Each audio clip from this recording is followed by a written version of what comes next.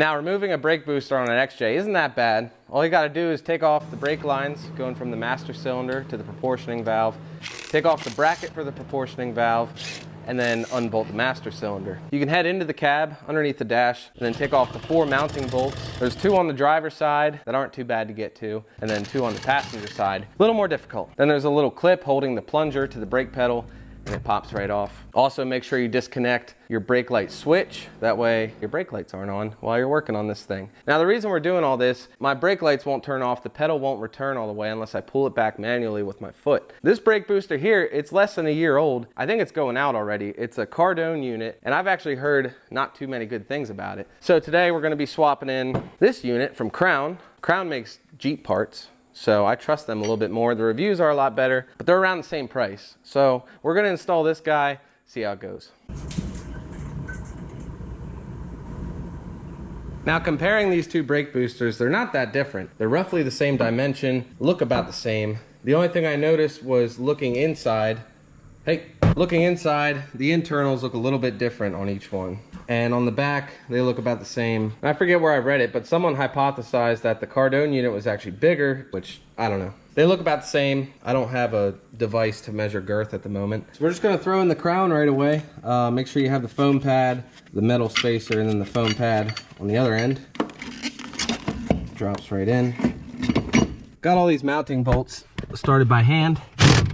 And it's gonna be interesting getting these tight. It's gonna get weird, all right? You're gonna be inverted, trying to go in this way, getting your arm in that way. Just have fun. But whatever you gotta do to get them tight. Now we'll connect our pedal, but first we're gonna reset this brake switch a little bit and pull this plunger out. Now there's a little square notch here in your pedal bracket, and that is for this part to go in there. Push it in and turn it to lock it like that. Plug it back in.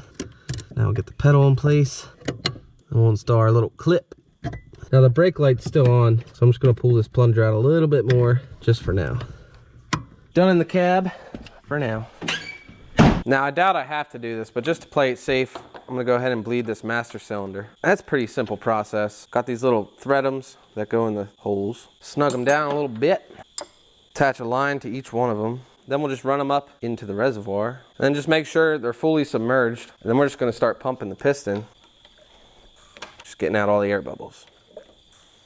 All right, we'll call that good. Let's get this thing installed. Before we just throw in the master cylinder and bolt it down, we need to adjust the push rod here in the brake booster to make sure it's contacting the plunger the appropriate amount. So we're just gonna test fit it real quick. See, in there I feel like it's not quite long enough because I didn't feel any resistance when I pushed. Let's take it back out, crack this guy loose. And we're just gonna keep doing that back and forth until we have it where we want it. I think I found our sweet spot here. I got it tightened down.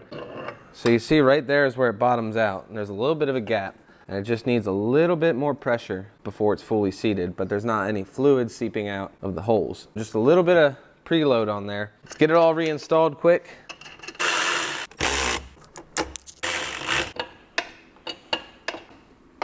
Should be pretty much done under the hood.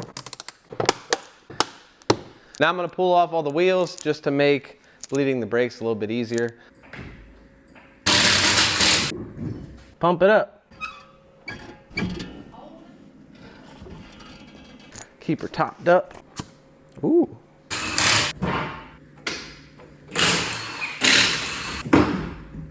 Pump it up. Yeah. One more. Other side. Brake lights are still off. That's good. Last side, pump it up. Please. I'm holding this. I know. I forgot to crack it loose. Ow! You're fine. All right, put the wheels back on, test drive. You're just rolling with that? Huh? That felt really wrong. Maybe not. Pump it up. Good? Yeah. Excellent. All right, I got her bled. Get the wheels back on, test drive. Last call.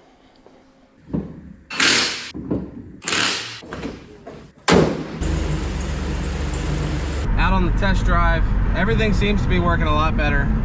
Brakes feel a whole lot better. The pedal's actually returning. I'm gonna try and do a hard stop, push the pedal pretty far to the ground and see what happens.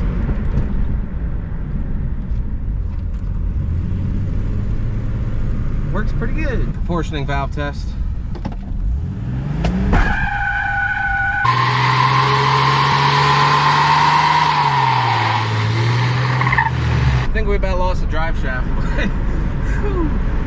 We'll be all right.